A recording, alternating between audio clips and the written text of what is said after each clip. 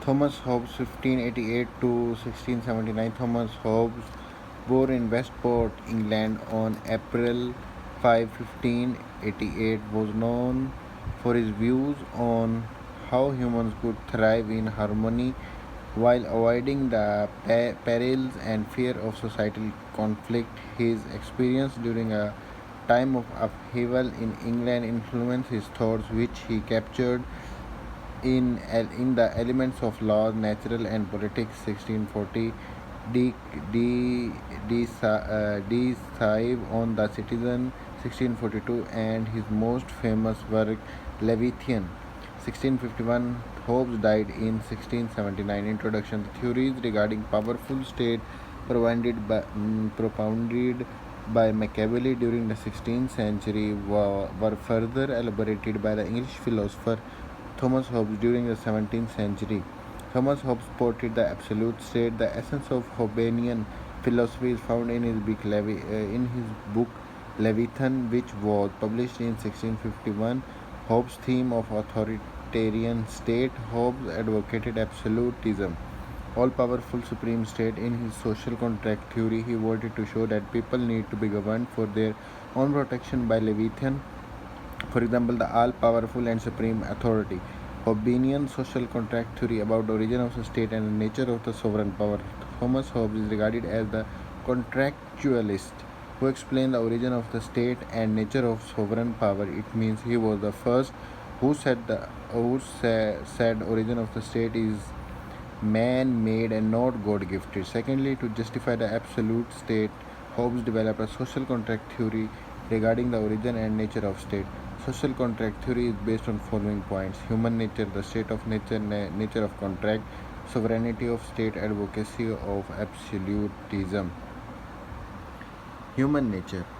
Hobbes began the explanation of the social contract theory by examining man's nature. His views on human nature constitute the foundation of his entire political philosophy.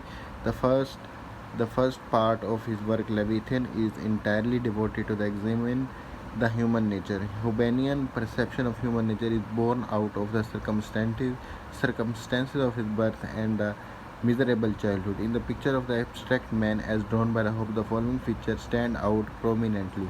Men are as much driven by impulses as animals are. The only difference between animal and man is that man have the faculties of speech and reason. Man is self-centered, egoistic, and solitary. Hobbes believed that the individual is always obsessed with his personal pleasure and desire. The chief object of man's desire is self-preservation and desire for power. He thus becomes self-seeking, fearful, quarrelsome, and competitive. Human nature is to wish to acquire unlimited power. Out of this nature, men are continuously involved in competition and conflicts. By birth, all men are equal in faculties of body and mind, but there are differences in strength and mental capacity. Hence, when two men desire the same thing, they become enemies. Fear as motive behind human action. The fear is inseparable from human nature and provides motivation for most of human conduct. Such is the nature of man. According to Hobbes, he argued that only the all-powerful state can alone curb egoistic impulses of men and hold them together. The picture of human nature is very much similar to that drawn by Machiavelli. The state of nature. Hobbes assumed the existence of state of nature and characterized it as the pre-social phase of human nature. He explained a very gloomy picture of the state of nature. He said, the life of man in the state of nature was solitary, poor, brutish, and short. It was a state of constant warfare.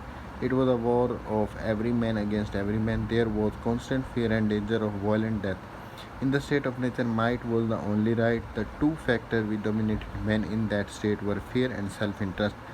There could be no industry, no agriculture, no knowledge, no arts, no letter, and no society. In it there was no law, no justice, and no property, no distinction between right and wrong, good and bad. There were no common power to guide or control the activities or behavior of man. However, such a state of affair could not continue because of two factors inherent in man: reason and fear of violent death.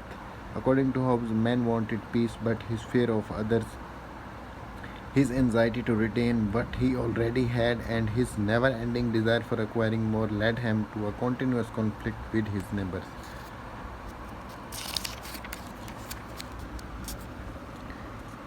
Thus, the conditions in the state of nature were terrible to continue perpetually and indefinitely. Man naturally desired peace and security, thus to escape from anarchy and come out of his come out of his sordid state of nature. Man contracted among themselves to form a civil society.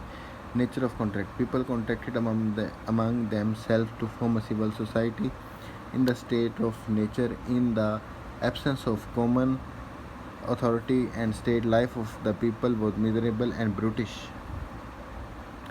Hence, to come out from this situation, people from the state, it ends the state of nature. Motive. It means main motive behind a contract was man's desire of peace and security. Birth of state. After the contract state came into existence, main role of civil society will be to ensure security and certainty of life and property of people.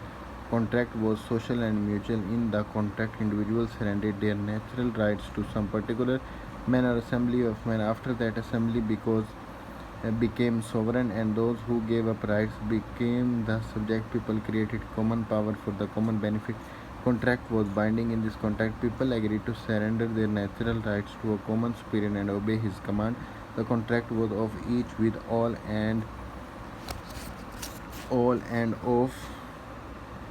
with each. Sovereign was the product of the contract, but he was not a party to the contract. But contract was binding for the people. Sovereign did not subject himself to any condition. The sovereign derived complete authority as a result of the contract. People had no right to protest. The authority of the sovereign was unlimited, all embracing, final, and irrevocable.